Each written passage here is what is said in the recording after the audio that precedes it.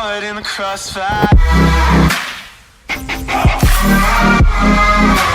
السلام عليكم ورحمة الله وبركاته. أهلا بكم من جديد في قناتي عشاق الصيانات على اليوتيوب.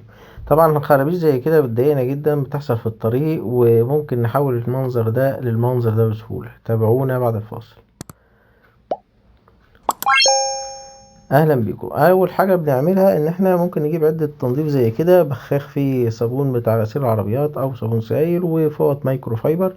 الأول حاجة بنعملها إن احنا بنجيب البخاخ وبنرش بيه على المنطقة اللي عايزين نشتغل عليها عشان ننضفها، وبالفوطة المايكرو فايبر. طبعا زي ما انت شايف كده بنلاحظ ان ايه الخرابيش اختفت من النظر بمجرد ما جه عليه اي سائل.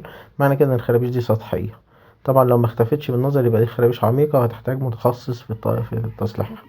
تمام. طبعا زي ما انت بتشوف كده لما بتسيبها اول ما بتجف بتبص تلاقي ايه، اللون رجع تاني. طب هل اللون ده ثابت يعني دي خلاص اتجرحت كده ولا ممكن يتشال؟ لو جيت بضفرك كده وعملتها زي ما انت شايف كده بيتشال. يبقى كده احنا هنعمل ايه؟ اول حاجه هنعملها هنجيب ازازه تنر تنظيف. هو مكتوب عليه تنر لازاله ايه الدهانات من على العربيه. فكده ده كان ب10 جنيه من كام سنه، مش غالي يعني، من عند اي حد حداد وبيات. واي قماشه قطن او قطنه بيضه او اي حاجه قطن يعني. بنحط شويه يعني على القماشه وبنبل القماشه دي بالتنر ده وبنمسح بيه. ما تقلقش خالص، ما بيأثرش على دهان العربيه تماما. ما مش حامي على الدهان ولا بيزيل الدهان ولا حاجه، ما تقلقش منه. ده معمول لتنظيف وازاله الايه الحاجات دي. ده كان قال عليه سمكري في تصليح برضو حاجه كده في عربيه.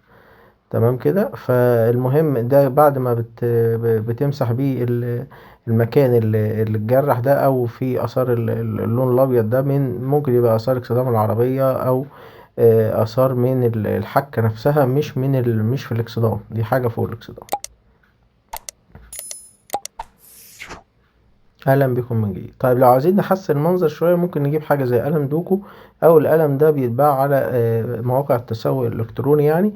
ده فيه سن رفيع عشان الاماكن العميقه، لو انت عايز تملى بيها الاماكن العميقه. ولو فكيت الراس بتاعته هتلاقي جواه ريشه زي ريشه دهان كده او فرشه صغيره. انا بحب استخدم دي لان هي بتخليني متمكن اكتر في فرش بالذات لو كان منطقه عريضه يعني. بفرش بيها الدهان وببدأ زي ما انت شايف كده بطريقة فنية ان انا ايه، لو شايف ان في من وجهة نظري طبعا، لو شايف ان حاجة عايزة تاتش اب او تنظيف يعني تلميع كده بالدهان بحيث ان هي تكسر العين ما تبقاش باينة. طبعا زي ما انت شايف زاوية التصوير هي اللي ايه مبينة اماكن الجروح. هنشوف في اخر الفيديو طبعا بعد ما بتخلص وتبص عليها بتحس ان هي كأنها كانتش موجودة خالص يعني. فما تقلقش، احنا هنا كده بنعمل ايه شوية تظبيط او بنعمل شوية تنظيف للمكان باستخدام الايه فرشة الدهان.